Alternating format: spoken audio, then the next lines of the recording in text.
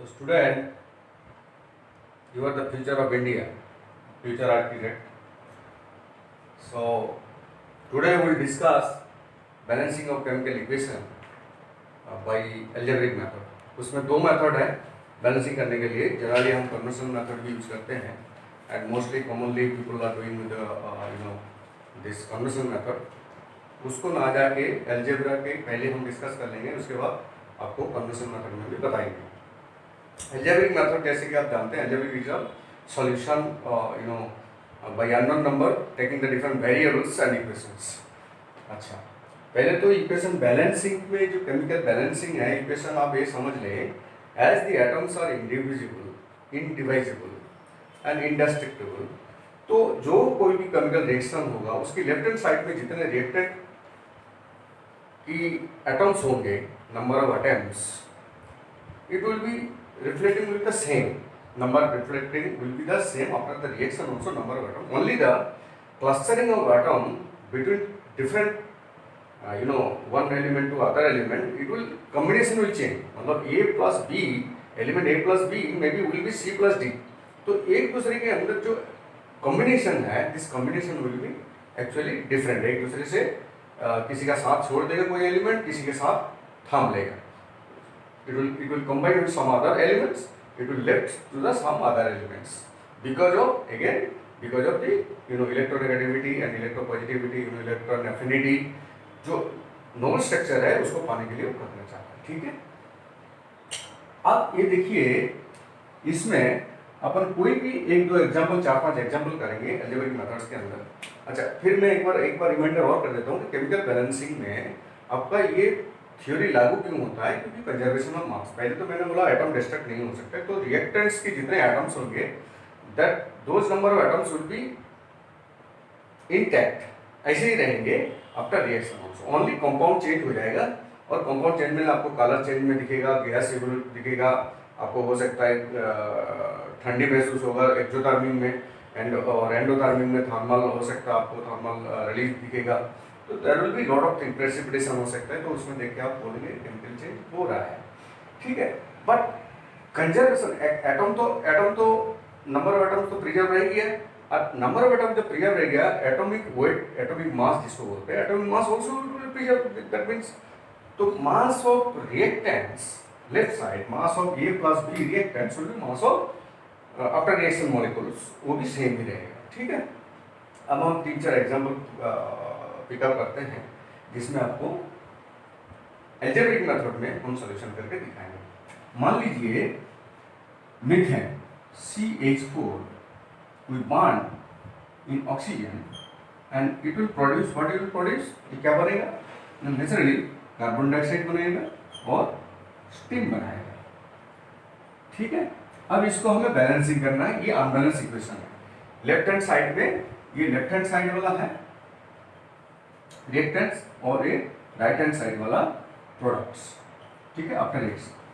तो अब इसमें हम क्या करेंगे, इसकी जो stoichiometric ratio, stoichiometric ratio the coefficient of this one molecule of this compound, one molecule of this compound, maybe element, will be the ratio of this is to this and this is to this. How much? This is the ratio, stoichiometric ratio. मान लो इसकी coefficient जो है, let's its coefficient is A.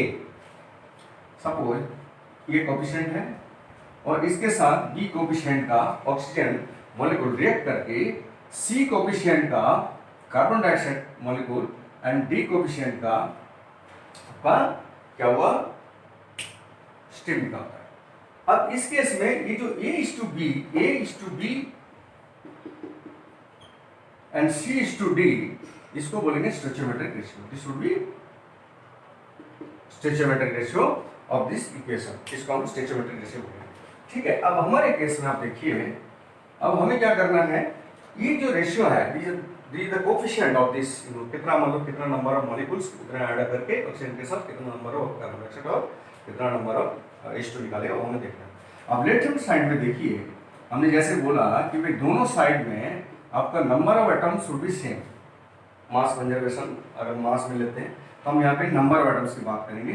तो यहाँ पे देखिए left hand side में carbon atom, अगर कार्बन यहाँ पे कौन सा एलिमेंट है, कार्बन है, हर एक एलिमेंट का नंबर ऑफ एटम सेम रहेगा. कार्बन हाइड्रोजन और ऑक्सीजन, कार्बन ऑक्सीजन और हाइड्रोजन, हमने 3 एलिमेंट ले लिया। ठीक है, तीनों एलिमेंट के ऊपर ही यहाँ पे काम चल रहा है, आपस में कॉम्बिनेशन फॉर्मेशन ही चेंज हो रहा है। तो कार्बन लेफ्ट साइड के अंदर, अब यहाँ पे देखिए कार्बन 1 है तो 1 है, कार्बन 1 है। Letter take it as a smaller font, हम इसको स्मॉल फॉन्ट ले लेते हैं, then it will be better, otherwise symbol के साथ मार्क होकर कंफ्यूज लग जाएगा।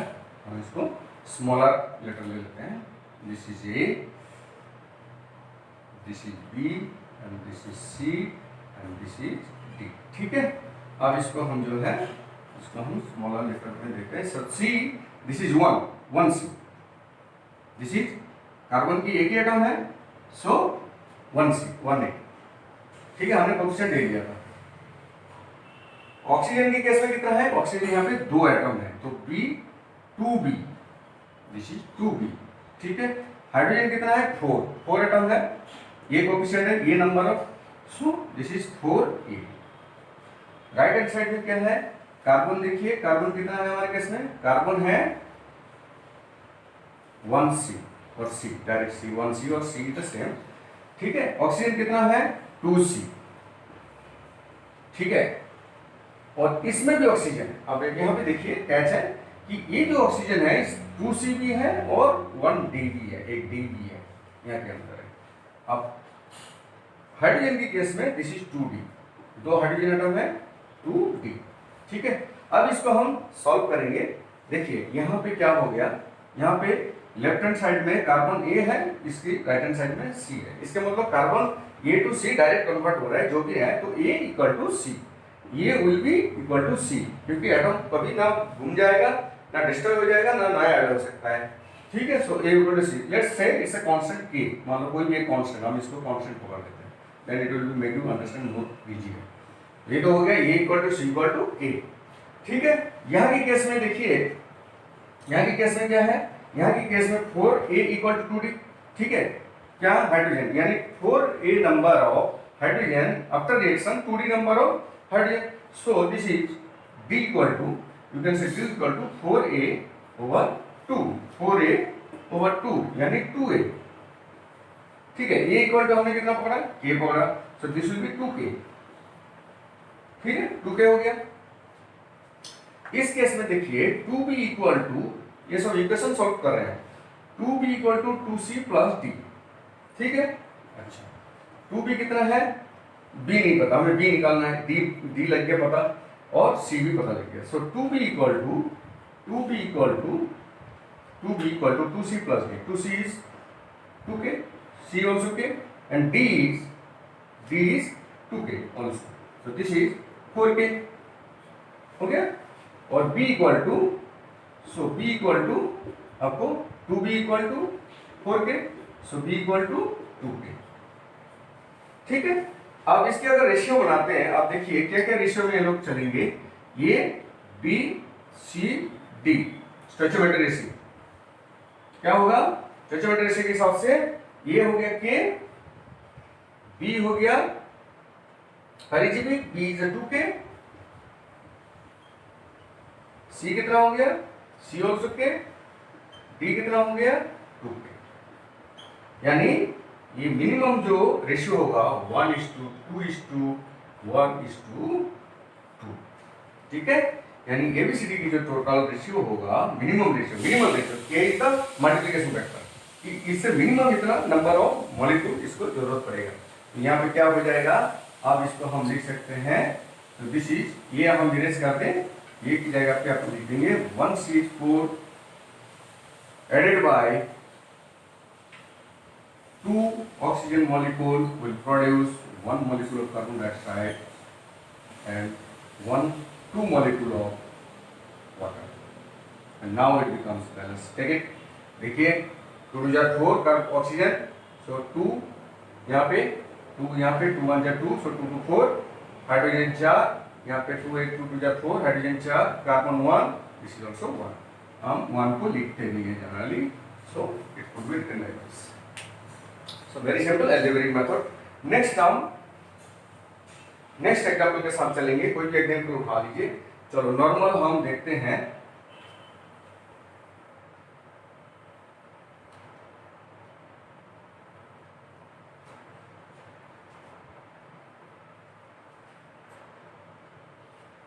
हाइड्रोजन और ऑक्सीजन मिलके क्या बनाता है, आप लोग सब जानते हो, बचपन से पढ़ के आ रहे हैं, हाइड्रोजन और ऑक्सीजन मिलके वाटर मॉलिक्यूल बना देता है।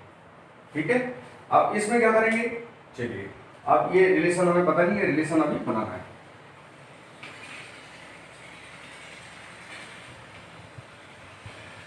यहां पे देखिए, यहां पे देखिए राइट हैंड साइड में अगर हाइड्रोजन को हम पकड़ लें, this is coefficient a, this is coefficient b and this is coefficient c. ठीक है, तो हाइड्रोजन के केस में यहाँ पे हाइड्रोजन और ऑक्सीजन की खेल चल रहा है, कार्बन इज नॉट देयर, सो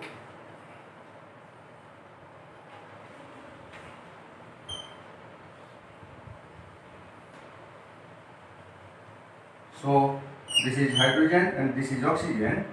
अब देखिए हाइड्रोजन के केस में यहाँ पे कितना हो गया, this is left hand side में 2a है, बिकॉज 2 इंटू ए 2a। अच्छा, ऑक्सीजन के केस में क्या है, 2b, 2 इंटू बी 2b। अच्छा, यहाँ पे देखिए राइट हैंड साइड में हाइड्रोजन कितना हो गया ना, 2c हो गया, 2 इंटू सी, और ऑक्सीजन कितना हो गया, ओनली c। अच्छा, यहाँ पे आप क्या करेंगे, आप देखिए यहाँ पे इसका मतलब हो गया ये equal to c, let's k is constant, let हम उसको पकड़ लेते हैं k। अब इस केस में देखिए 2b here, 2b equal to c, c कितना हुआ हमारे केस में कांस्टेंट k हुआ, और b equal to, so b equal to कितना हो जाएगा ना, k ओवर 2। अब a is to b is to c stoichiometric ratio अगर हम निकालेंगे तो कितना खड़ा हो गया ना, this becomes now k, a is also k, b now k by 2 and c is also k। Okay, अब देखिए कोई मॉलिक्यूल ये फ्रैक्शन तो बन नहीं सकता, molecule can not be a fraction. और एटॉमिक स्टेज में अगर यहाँ पे ऑक्सीजन है, यहाँ पे क्या ऑक्सीजन एटम को मिल सकता है, ऑक्सीजन एटम नेचुरली नहीं मिलता, ऑक्सीजन मॉलिक्यूल की फॉर्म में मिलता है। So let it multiply by 2 because this cannot be fraction, so the ratio will become now 2:1:2। this is the stoichiometric ratio of this reaction। यानी क्या हो गया यहाँ पे हो जाएगा, यहाँ पे आपका हो जाएगा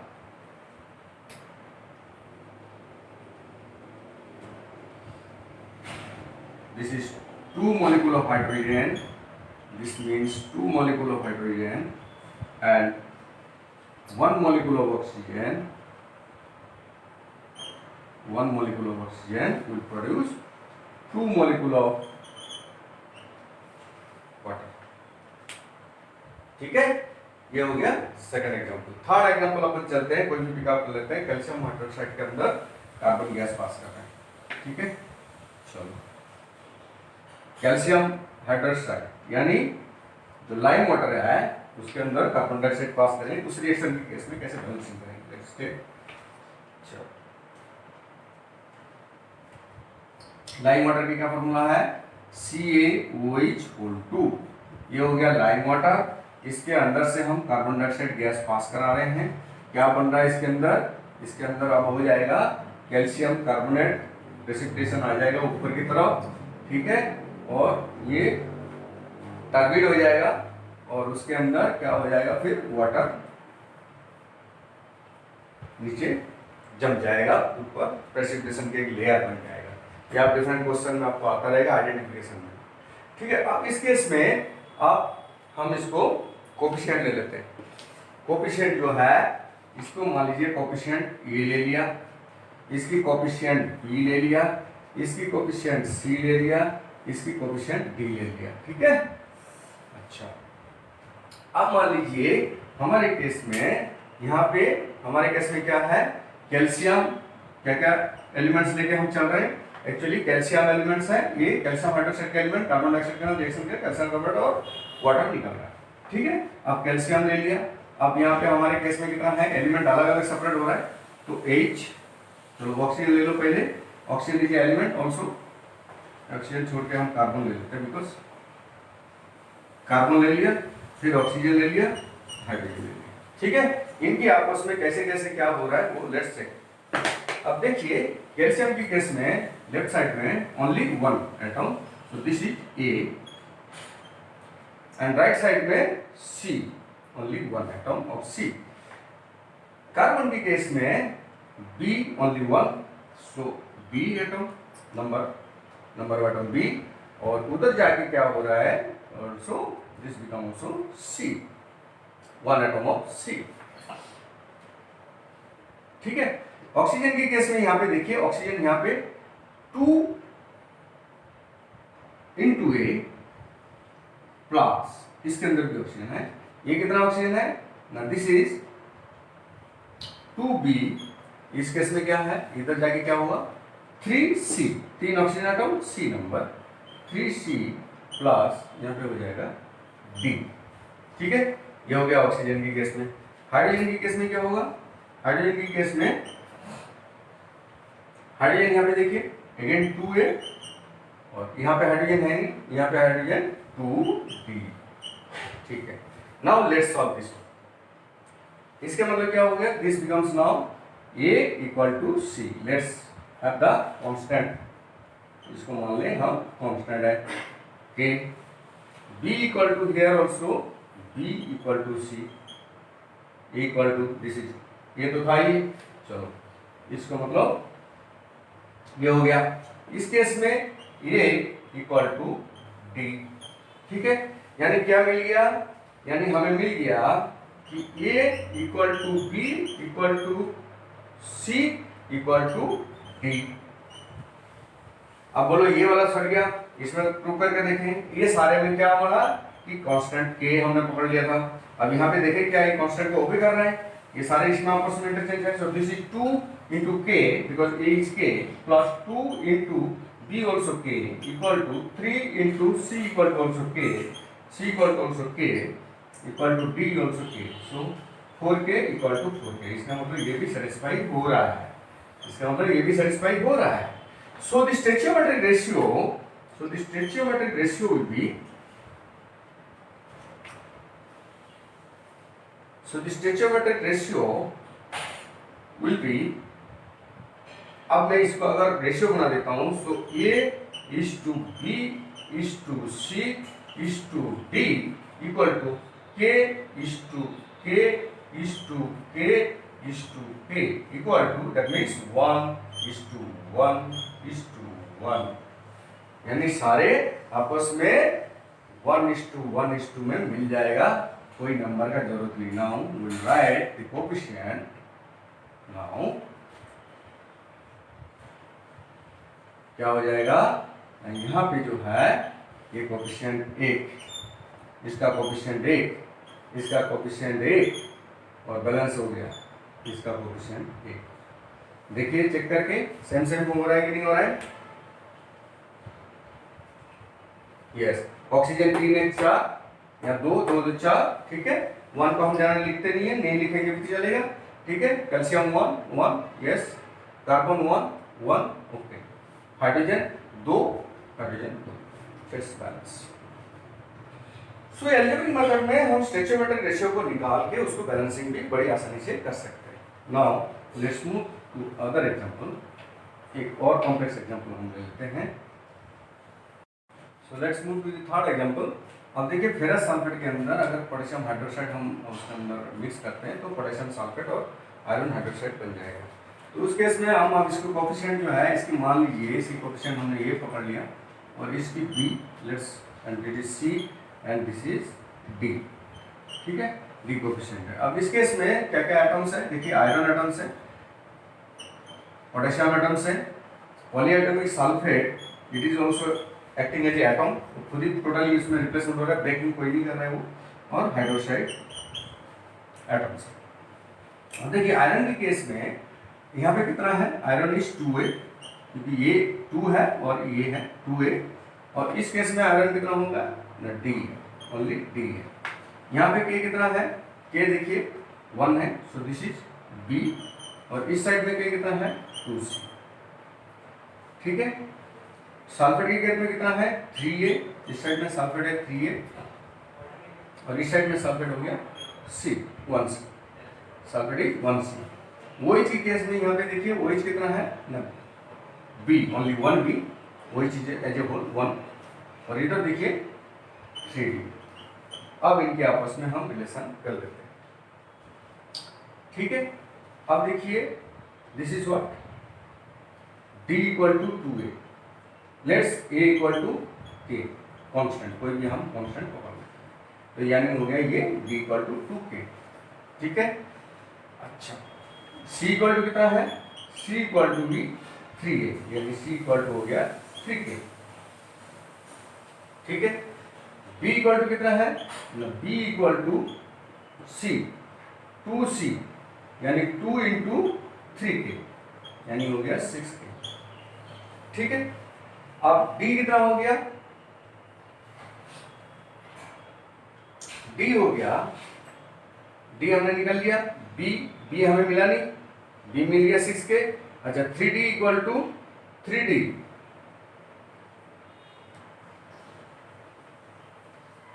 b इक्वल टू, इसमें भी वही प्रूफ हो रहा है, देखिए b इक्वल टू 3d मतलब 3 into 2k that is 6k, यहाँ पे भी वही निकल के आया था, b इक्वल टू 6k, यहाँ पे b इक्वल टू 6k निकल के आया।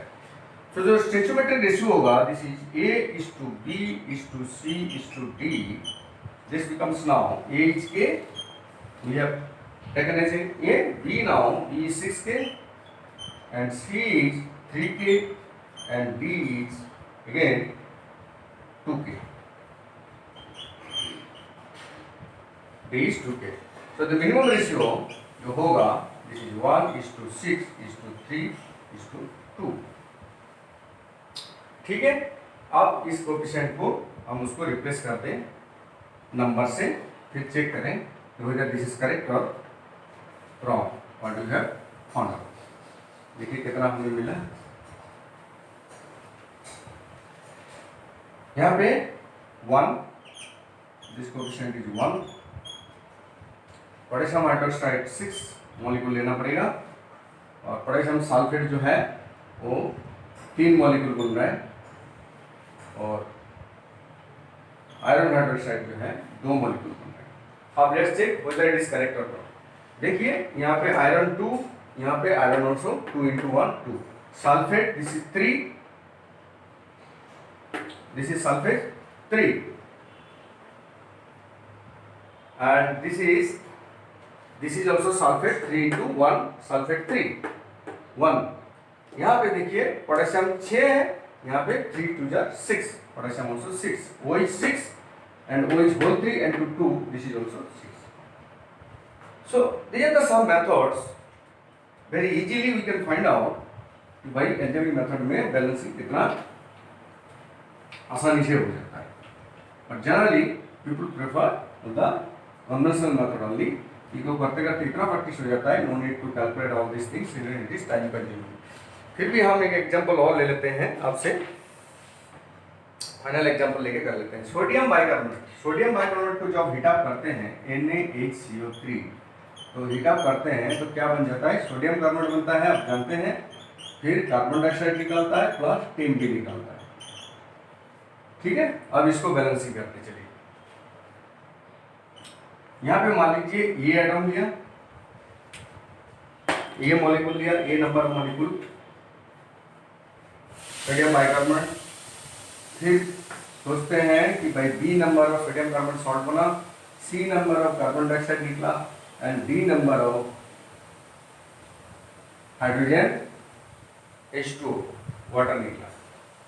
अब let's say left side sodium के केस में सोडियम एलिमेंट ले लें, यहाँ पे देखिए सभी ब्रेक हो रहा है, अलग अलग लेना पड़ेगा, कार्बन ऑक्सीजन हाइड्रोजन। सोडियम के केस में देखिए यहाँ पे कितना है, A इक्वल टू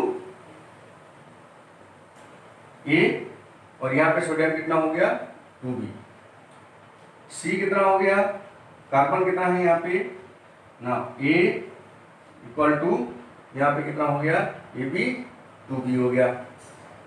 अच्छा, ऑक्सीजन के केस में देखिए 3A, यहाँ पे ऑक्सीजन 3A, यहाँ पे ऑक्सीजन कितना हो रहा है, बाप रे, ये बहुत बड़ा इक्वेशन आ रहा है, अच्छी बात है, तो सिखा के जाएगा हमें। This becomes 3B plus oxygen लिया 3B, then this is 2C and this is 1D, ठीक है। अब हाइड्रोजन के केस में क्या आएगा, हाइड्रोजन के केस में क्या है, यहाँ पे हाइड्रोजन ओनली 1 है ये, एंड हाइड्रोजन यहाँ पे कितना जा रहा है ना 2d। ठीक है, अब देखिए क्या मतलब हुआ कि a इक्वल टू 2b, ये दोनों केस में हो गया, a इक्वल टू तो 2b हो गया। लेट्स से इससे कांस्टेंट k, अब a इक्वल टू 2d हो गया, यानी b इक्वल टू हो गया कितना आपका, b इक्वल टू हो गया a/2 that is k/2। Similarly a equal to 2d, so b equal to a/2 यानी k/2, ये भी k/2 हो गया। अब रह गया ये दोनों तो सेम हो गया, दिस इज आल्सो सेम। अब इसमें से निकालना है अपने को c, हमारे पास बचता है a b d निकल गया, अब रह गया c को निकालने के लिए 3a, so this becomes 3a equal to, हम इसको इक्वल कर देंगे तो 3b plus 2c plus d।